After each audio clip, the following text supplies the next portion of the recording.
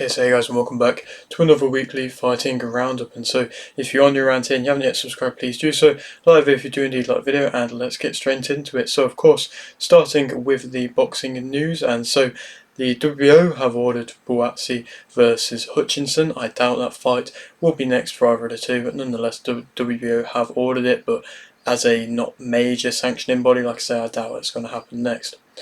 Joshua is in talks to fight Dubois in September 21st, and that is domestic British boxing wise probably the biggest fight that we've had in a while, and it's probably most likely going to be the case. I doubt Zhang's going to come in and be the option. He probably will be a backup, but I think that fight makes sense. I believe it's just nice to see AJ wanted to fight, and Dubois has been on a good run at the moment as well, so it could definitely cause some sort of an upset as this perhaps next era of heavyweight boxing, just because he is young, but also at the same time he has also fought majority of the top level guys. So, you know, Dubois is definitely deserving of the shot, and from the recent performances that we have seen from him, he's definitely seemed rejuvenated,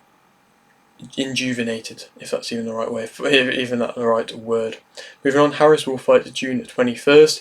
Bellotti versus Giles, Hedges versus Oakford, Courtney versus Apatosna, Visoli, Sains and Buttigieg will fight July 6th. Great to see Apatosna getting another big fight on a big card, and somebody who I spoke to a while ago now.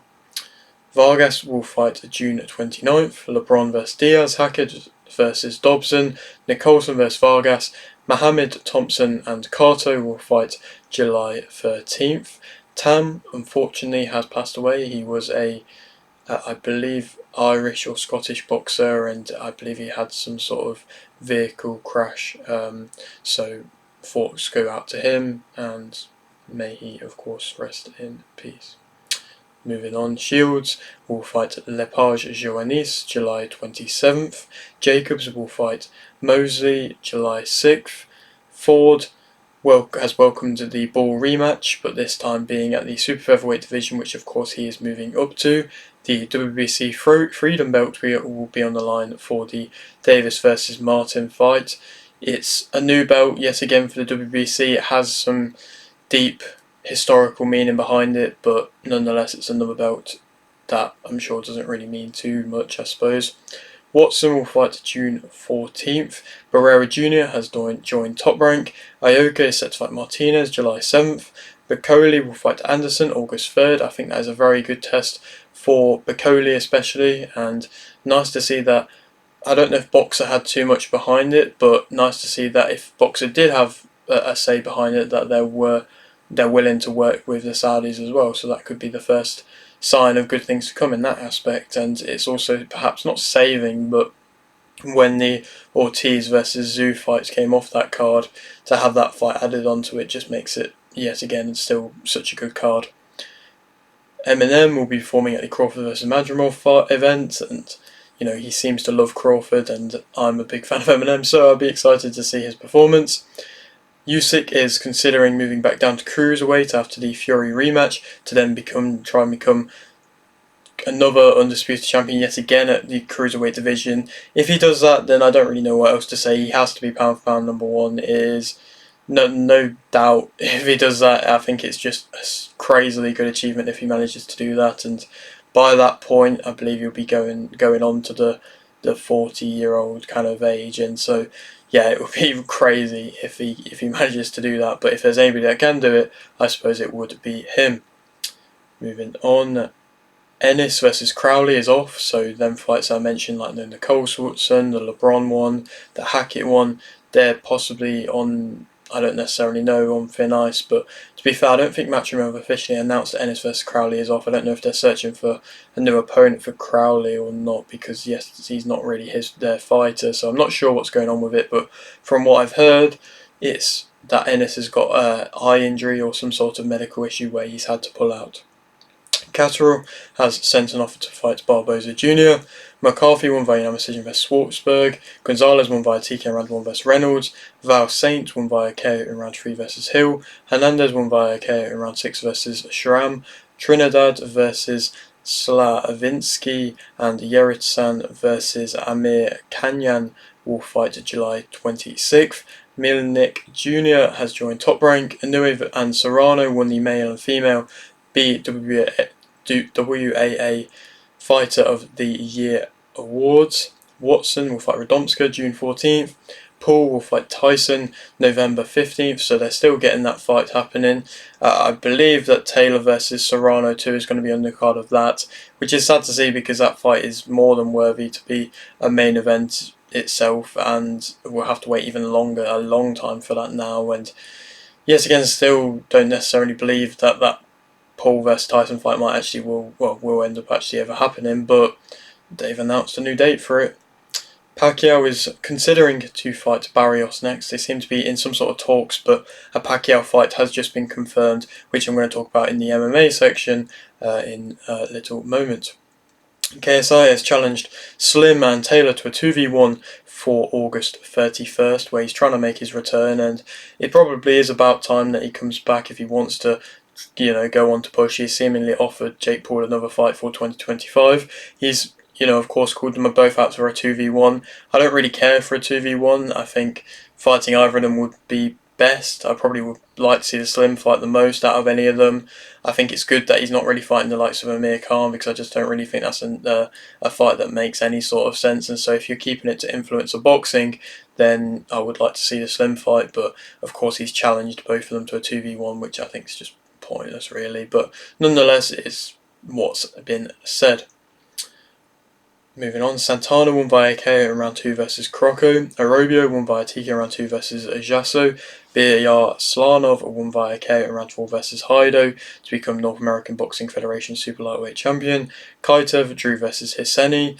Volny won via TK in round 9 versus Butler to become WBC Francophone Middleweight Champion. Iglesias won via KO in round 1 versus Shveddenko to remain IBO World Super Middleweight Champion, and that was a scary knockout. That was a crazy knockout. I said that Iglesias would win, but I said via unanimous decision. But yet again, getting another very impressive knockout. Like I say, a scary knockout. I wasn't really a massive fan of him dancing afterwards, but nonetheless, it was an impressive knockout, and again, another first round one, like I mentioned, against an awkward fighter in Shevchenko, and I'd love to see Iglesias after that fight. Now he's made a bit of a name for himself from that stoppage, and so now for him to build upon that and then be able to get a big fight after this, and hopefully, like I say, a big name and on a big platform. I feel like he's made to be on big platforms. He's just not really been given that opportunity yet. I'm surprised he hasn't yet, but hopefully he will be soon. Moving on, Green won via unanimous decision versus Beringa. Perez won via unanimous decision versus Williams to become WBC Fecarbox and WBC International Lightweight Champion. Dorticos won via KO in round 1 versus Camper. Hunter won via unanimous decision versus Cheney to become WBC Interim World Heavyweight Champion. Cobbs won via unanimous decision versus Broner, and predictions wise, I of course did a prediction for the Hunter versus Cheney fight, and I got it bang on. I haven't had a chance to be able to see the fight. I haven't really been able to find the footage of the fight, but nonetheless, from what I've read about it, it went exactly how I predicted. Cheney just being too reluctant to throw, not really wanting to do much, not imposing his size, not imposing any sort of action, not trying to up the pace, not trying to do anything, and really just letting Hunter do whatever he wanted, in which he did throughout the whole fight. He was tough, he wasn't going to go down, but he just didn't throw at all. Way too hesitant, reluctant, not willing, everything like that. And I think that opportunity just came too soon for him. I didn't think that he was ready at all, and yeah, Hunter proved that even with the inactivity that Hunter's had, he was still able to win that fight with seemingly relative amounts of ease. And Blair versus Cobbs, I got that one right as well. I said a unanimous decision, and for Cobbs, and I think Broner, Cobbs impressed being able to get the knockdown, but Broner, he does look very much past it to an extent now, and I just don't really see it. Like, it wouldn't surprise me if he has more fights, but I just don't really see a need. I suppose he's going to be a name no matter where he fights, and he's going to be bringing eyes no matter where he fights, but I don't really think there is too much left for him, or much left for him to show. Cobbs is explosive, and he's gonna land on the target, and he did that and got a nice knockdown, and it'd be interesting to see where he goes from here. Moving on, Tudor won via TK round 1 versus Moy Riera. Gallardo Lozano won via TKO in round 2 versus Portalatin. Mills won via unanimous decision versus Marufo. Stevens won via TKO round 1 versus Lopez. Williams won via TKO round 3 versus Brito. Tudor won via KO in round 1 versus Livesey. Collazo won via unanimous decision versus Zapata to remain WBO World Minimum Weight Champion. And that was a performance where he did have to face adversity, and it was nice to see that. Defensive vulnerabilities have been seen in his game at times, but the shot that Zapata caught him was a very nice shot, and he found that opening into the body and he went to it and he executed it well. But Collazo came back like the champion he was, really tightened up everything, put out a complete boxing performance as he normally does, and just was way too much for Zapata in the end. There was points where I thought he could have even stopped him, but nonetheless, like I say, it was a very impressive performance. Zapata's tough. I got my prediction right again. But yeah, in the end, Collazo was just too much, and yet again showing that class on the front foot. And like I say, to be able to go through that adversity and to be able to recover and, like I say, put on a dominating boxing display is very impressive. And I feel like that Shigeoka fight is just the only fight necessary that should be made next. And hopefully Golden Boy will be willing to go to Japan to make the fight happen. Moving on, Guechi won via KO in round 1 versus Almacen. Maravilla won via unanimous decision versus Gomez. Medina won via unanimous decision versus Felix. Barrera won via unanimous decision versus Robles. Walsh won via KO in round 2 versus Cervantes to remain WBC Continental America's Super Welterweight Champion. That was an impressive stoppage from Walsh. I'd love to see him actually having a homecoming fight now, and he is another fighter who's got this big back in and has been progressing very nicely and living up to this hype that he has around him. Feliz won via TKO round 1 versus Riley. Rodriguez won via unanimous decision versus Garcia. Falcon won via unanimous decision versus Dunton L Jr. Tucker won via unanimous decision versus Lavallee. Velasquez won via majority decision versus Rios. Johnson won via unanimous decision versus Zayna. Carrington won via TKO round 8 versus Garcia. And Zayas won via unanimous decision versus TXera. And to speak about the Carrington fight, that was another impressive performance from Carrington, still being able to dominate every fight he's in with. I don't really think the level of opponent was too high seemingly, but nonetheless he made it look easy. Comfortable victory for him yet again, just putting on a very clean, sharp boxing display with very nice combinations on the show. And like I say, he's another guy who with Top Rank has been progressing nicely like Zayas, but is due a big test now as well. And I think that Zayas' performance was another very good performance from him as well, but it was just against an opponent who has fought and has won at a high level, but just wasn't able to compete with Zayas at all. And Zayas put on a nice performance, and it was clean, nice boxing relatively most of the time, and he showed that he was that level above, which everybody realistically knew. And yeah, it was just another one of them Top Rank cards where the prospects were on show and they were on show very nicely, but it was just not necessarily too much of a test for any of the opponents. And for a couple of final bits of news, Garcia was arrested. I thought I'd mention it. Some sort of vandalism in a hotel. That doesn't really seem to surprise me too much, that stuff like that antics are going on. Still, nobody really knows boxing-wise what's actually happening in Garcia's career, but I suppose we'll have to wait and see how this arresting comes, if he just gets bailed out or not. Martinez has tested positive for banned substances, seemingly a few ones that seem to hide other banned substances. So yeah, it's not looking good for Matchroom. Again, another fighter from there that is testing positive, and yeah, it seems like there was a little bit like there was that spell last year where stuff like that was happening, and then it went quiet for a bit. But then to have Cruz test positive and now Martinez test positive, yet again Matchroom are coming and being shown for having their fighters testing positive, but yet again they're also the ones that are doing the most amount of testing. So perhaps other organisations are having these problems, but they're just not really testing as much. So I don't necessarily know which one's the right one, but nonetheless, Martinez shouldn't really be fighting, of course, if things like that are in his system, unless, of course, he can prove it wrong, which never really seems to be as easy as doable. I suppose it's easier said than done being able to prove it wrong from the sounds of it. Moving on now to the MMA news. Barber will fight Namajunas July 13th. Rul Tolio won by submission round 1 versus Cooper. Musa Mechi won by submission round 1 versus Souza. Rodtang won by unanimous decision versus Puric. Tawanchai won by majority decision versus Nataru to remain one championship heavyweight Muay Thai world champion. And speak about the Rodtang fight, that was another brilliant performance from Rodtang, like yet again just taking shots but just seemingly not getting hurt at all, and just always being able to see a shot come in and then having his response just always ready. Yeah, he's just world class, as everybody knows, I feel, and he's just a joy to watch every time that I watch him fight. I feel like Muay Thai wise, especially, he has to be everybody's favourite fighter. And the Tai Wenchai fight was a close fight. I mean, it seems like Tai Wenchai didn't really think he won. Means we probably will see another time where they go against each other again. But yeah, it wasn't really too much in favour of Tai Wenchai. I think Natal definitely threw more, definitely landed more, and so realistically probably should have got the win, but of course he didn't.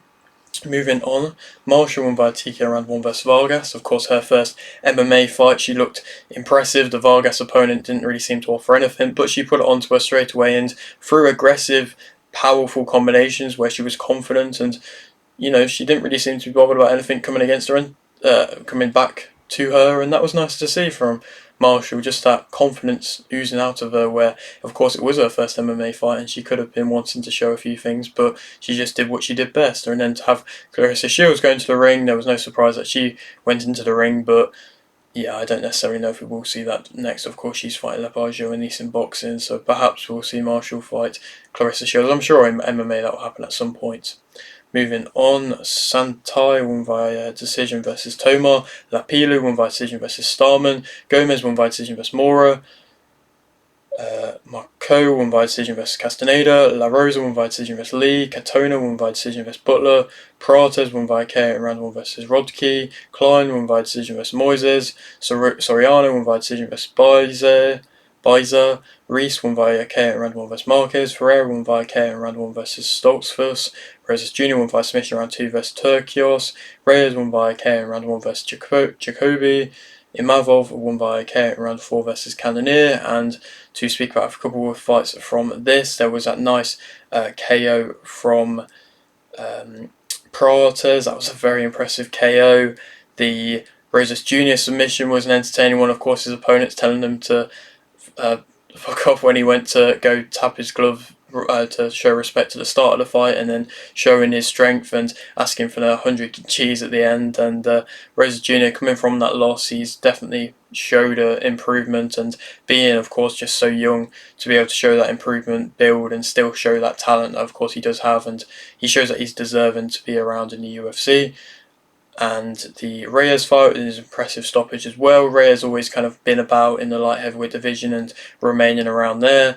And Imavov, that was a controversial stoppage. And Cannonier, somebody who definitely has been around in the MMA scene for long enough to be able to handle that type of pressure and to know that he can do that. Obviously, he is on the older side now, but still, that was an early stoppage. I didn't think that Cannonier was going to win, but he should have definitely had more of an opportunity to be able to defend himself and keep himself longer. But nonetheless, Imavov putting himself in a higher contention now and in a middleweight division, which is entertaining at the moment. I'm sure he could get himself in and amongst some good quality fights. And Cannonier wise, that defeat, especially being from a stoppage, probably could be the end of Cannonier's career, but we'll have to wait and see, of course, what happens with that. Like I say, he is on the older side, being 40 years of age now.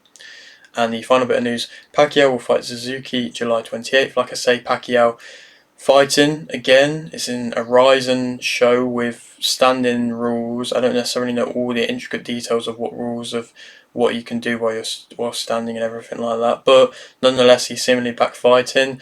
We'll see if that fight actually goes ahead. There's been a couple ones announced with Pacquiao that seemingly haven't gone ahead, but they seem to be trying again, and yeah, we'll have to wait and see what happens with that. But yeah, that's it for today's video. Hope you did enjoy. Like it if you didn't, like this, subscribe if you are new, and thanks for watching.